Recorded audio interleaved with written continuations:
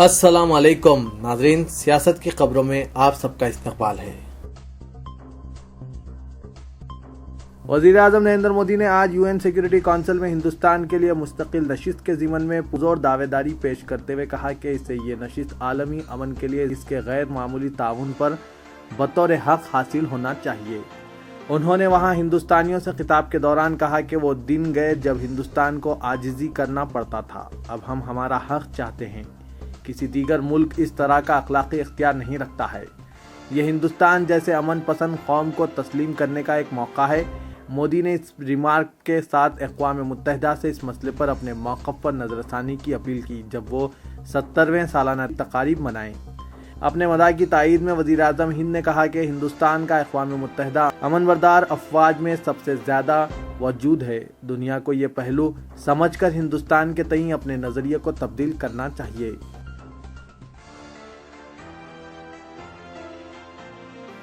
چھتیس گڑھ میں ماؤیسٹوں کے گڑھ ضلع سکما میں آج نیکسلائٹس کے ساتھ فائرنگ کے تبادلے میں 7 پولیس ملازمین ہلاک اور دیگر 12 زخمی ہو گئے۔ اس ضلع میں انتہا پسند سرگرمیوں سے شدید متاثرہ علاقہ پیڈمل پولم پلی میں یہ انکاؤنٹر اس وقت پیش آیا جب اسٹیٹ پولیس کا خصوصی دستہ دوپہر میں تلاشی مہم پر تھا۔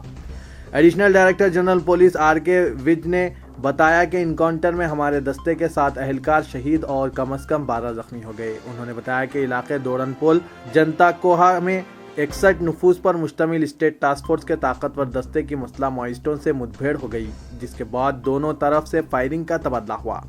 ماضی میں اس علاقے میں گھاٹ لگا کر حملے اور سیکورٹی فورسز کی ہلاکت کے واقعات پیش آ چکے ہیں۔ انہوں نے بتایا کہ انکاؤنٹر میں زخمی جوانوں کو 2 ہیلی کاپٹروں کے ذریعے جگدل پور منتقل کر دیا گیا، جبکہ مقامی انکاؤنٹر پر مقامی پولیس سے اعانت اور تلاشی کارروائی کے لیے CRPF کی 2 ٹیموں کو روانہ کر دیا گیا ہے۔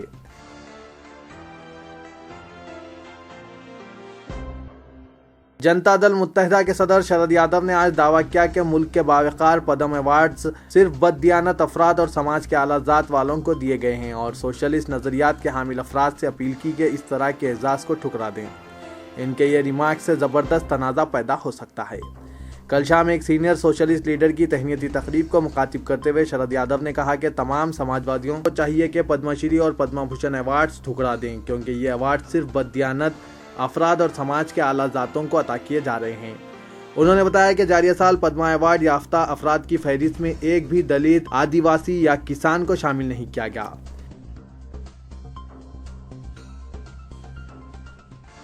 آلیر میں وقار احمد اور اس کے ساتھیوں کی انکاؤنٹر میں ہلاکت کے بعد ایک طرف جہاں قوم و ملت میں غم و غصہ و ناراضگی پائی جاتی ہے، وہیں قوم و ملت کی ٹھیکیداروں کے دعوے دار اطمینان سے رسمی روایات کو پورا کرنے میں مصروف ہیں اور امکانی حالات سے نمٹنے میں پریشان حال پولیس اور حکومت کے لیے مصالحت کار اور مددگار کرائے کے باؤنسر بوائے کا رول ادا کر رہے ہیں۔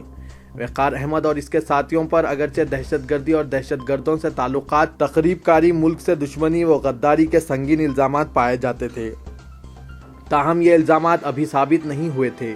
ایک عام قانونداں بھی یہ بات آسانی سے ماننے تیار نہیں کہ عدالت میں مقدمات کی زیر دریافتی کے دوران بھی کسی کو مجرم نہیں کہا جا سکتا، تو بھلا انہیں ہلاک کیسے کیا جا سکتا ہے؟ اگر وقار احمد اور اس کے ساتھیوں کا جرم ثابت ہو جاتا اور انہیں قانون کے لحاظ سے سزا ملتی تو کسی کو اس طرح کا رنج و ملال، غم و غصہ نہیں ہوتا جیسا کہ ان کا انکاؤنٹر میں کیے جانے سے پایا جاتا ہے۔ وقار احمد اور اس کے ساتھیوں کی ہلاکت سے لے کر تدفین اور مابعد تدفین چیف منسٹر سے نمائندگی تک مرحلے میں جماعت نے رسمی روایات اور ضابطے کی کارروائی انجام دی۔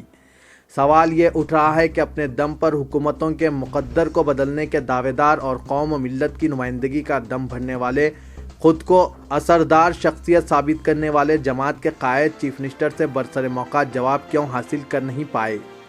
بڑے گروپ کی نمائندگی کے ساتھ چیف منسٹر کے اجلاس پہنچنے والے قائد آخر کیوں چیف منسٹر سے فوری اقدامات کروانے میں ناکام رہے؟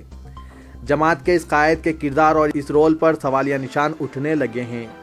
کہیں ایسا تو نہیں کہ مہلوک نوجوان سعید آباد پالیسی کے حامی اور جماعت کی پالیسیوں کو ناپسند کرنے والے تھے؟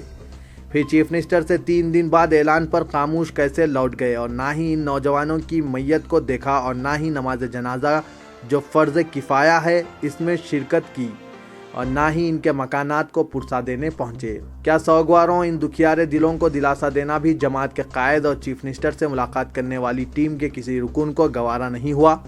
پھر کیا بات ہے کہ سعید آباد پالیسی سے اتنی دوری کیوں؟ البتہ جماعت کے ایک رکن اسمبلی نماز جنازہ میں شریک تھے اور تدفین تک انہوں نے ساتھ نبھایا۔ ان کے رول پر شبہات ظاہر کیے جا رہے ہیں، چونکہ اس رکن اسمبلی کا جو رول تھا وہ پولیس کی مائتری کمیٹی رکن جیسا رول رہا۔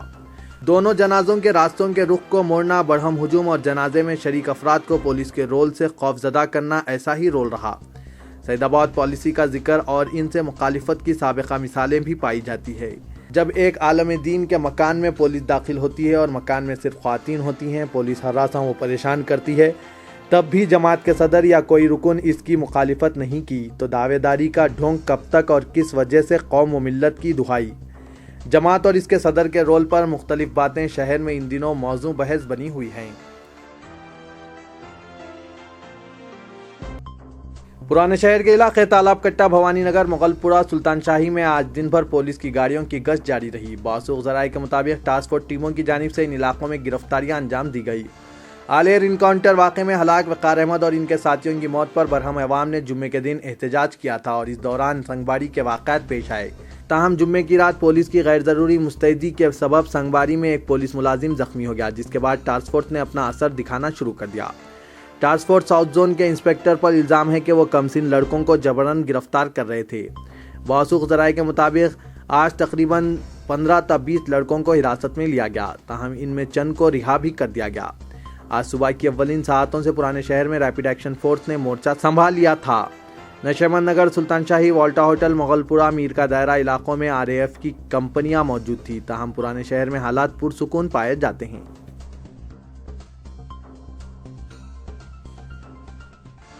آندھرا پردیش میں 20 قبائلی سندل کی لکڑی کے ورکرز اور تلنگانہ میں زیر دریافت 5 مسلم نوجوانوں کی ہلاکت پر احتجاج کرتے ہوئے کارکنوں کے ایک گروپ نے آج دہلی میں آندھرا پردیش بھون کے باہر احتجاجی مظاہرے کیے اور اس کی CBI تحقیقات کا مطالبہ کیا۔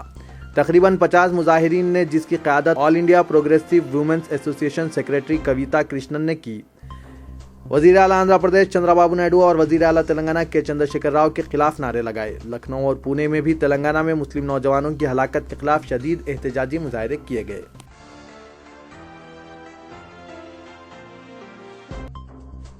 وزیر اعلیٰ کے چندر شیکھر راؤ انکاؤنٹر کی عدالتی یا CBI تحقیقات کرانے کے مسئلے پر تذبذب کا شکار ہیں۔ تحقیقات کرانے پر پولیس کے حوصلے پست ہونے کے اور اکثریتی طبقہ ناراض ہونے کا خوف ہے۔ نہ کرانے کی صورت میں مسلمانوں کے اعتماد اور ووٹ سے محروم ہونے کی خدشات ہیں۔ وزیر اعلیٰ کے چندر شیکھر راؤ نے اپنے کیمپ آفس پر ریاستی DGP Anurag Sharma, city commissioner police Mahendra ready کے علاوہ پولیس کے دیگر اعلیٰ عہدیداروں کا اجلاس طلب کیا، جس میں لا اینڈ آرڈر کے علاوہ اضلاع ورنگل اور نلگنڈے کے سرحدی علاقوں میں پیش آئے انکاؤنٹر واقعات کا سنجیدگی سے جائزہ لیا گیا۔ وقار احمد اور ان کے ساتھیوں کے انکاؤنٹر پر ریاست بھر میں ہونے والی تنقیدوں کا جائزہ لینے کے علاوہ مسلمانوں میں پائی جانے والی ناراضگی پر بھی غور کیا گیا۔ بالخصوص وقار احمد اور ان کے ساتھیوں کے انکاؤنٹر کو انسانی حقوق کے جہدکاروں، مسلمانوں اور علماء مشائقین کی جانب سے فرضی انکاؤنٹر قرار دینے پر انہیں کس طرح مطمئن کیا جائے، اس مسئلے پر بھی غور کیا گیا۔ وقار احمد اور ان کے ساتھی کے بعد نماز جنازہ اور جمعے کی نماز کے بعد مغل پورے میں پیدا ہونے والی کشیدگی کا بھی جائزہ لیا گیا۔ ہر حال میں لا اینڈ آرڈر کو کنٹرول میں رکھنے کے لیے پولیس کو صبر و تحمل سے کام لینے کا مشورہ دیا۔ مجلس متحدہ عمل اور دوسروں کی جانب سے انکاؤنٹر کی CBI یا عدالتی تحقیقات کرانے کے مطالبات پر بھی غور کیا گیا۔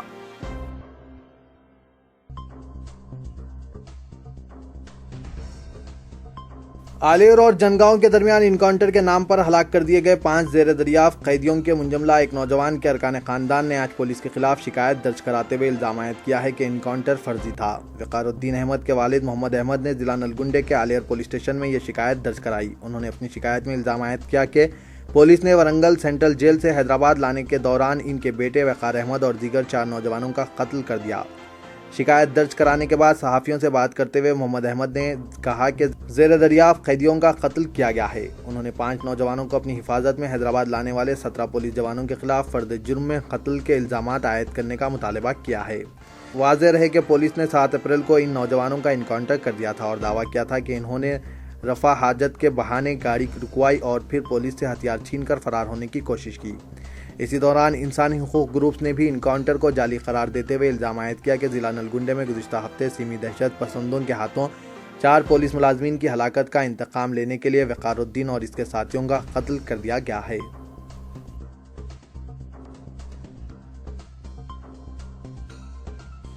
کبیر خان کی ہدایت میں بن کر پچھلے دنوں مکمل ہوئی سلمان خان، کرینہ کپور اور نواز الدین صدیقی کی اسٹار کاسٹ پر مبنی فلم بجرنگی بھائی جان کے بارے میں ٹریڈ کے سینئر رپورٹرز کا خیال ہے کہ یہ عوام کی توقعات سے بھی زیادہ ہوگی۔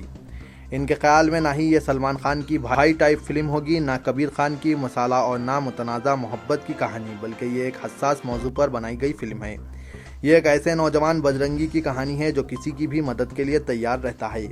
ایک دن اس کی ملاقات ایک ایسے پاکستانی معصوم بچے سے ہوتی ہے جو غلطی سے راستہ بھول کر سرحد کی دوسری جانب آ جاتا ہے۔ اس کہانی میں کئی احساسات اور جذبات، تنازعات، بھید بھاؤ کو بتایا گیا ہے۔ کہا جا رہا ہے کہ یہ سلمان خان کی بہترین فلموں میں سے ایک ہوگی جو انسانیت کے نام ایک اچھا پیغام بھی دی جائے گی۔ تو یہ تھا آج کا خبرنامہ، دیجیے اجازت، اللہ حافظ۔